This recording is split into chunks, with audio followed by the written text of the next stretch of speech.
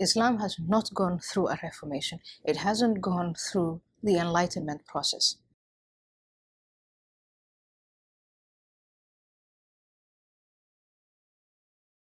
I think the biggest misconception is that Islam is a religion of peace.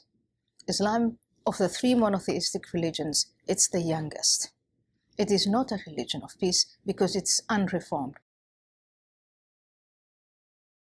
The idea that society should be based on Sharia law or divine law, there are at least 1/5 of humanity that are convinced of that.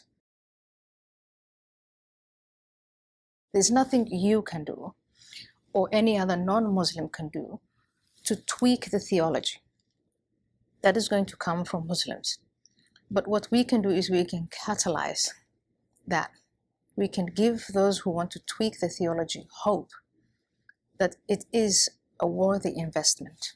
A worthy investment because these people are risking their lives, the lives of their children.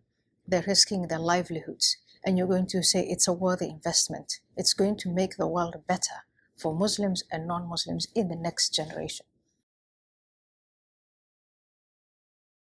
I watched the lynching, which is it is so horrible. The lynching of a woman who is a pious Muslim. She was accused of burning the Quran. She did not burn the Quran. In fact, she was arguing for something even more pure. Practice Islam at its purest. Don't be selling amulets.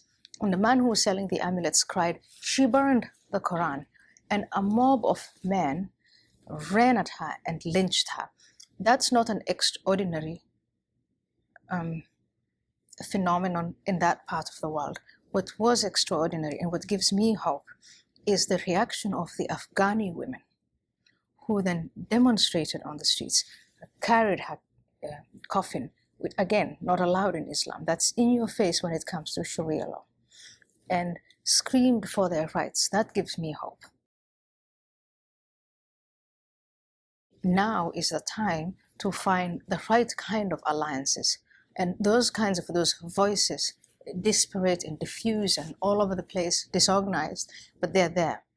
And I want to show in Heretic that there is a group of people that weren't there before in the Muslim world, who are asking questions about the core texts of Islam, who are questioning their own traditions, whether they're tribal, whether they're cultural, or whether they're religious, or whether it's all of that and how that all works together, and who are ready for change.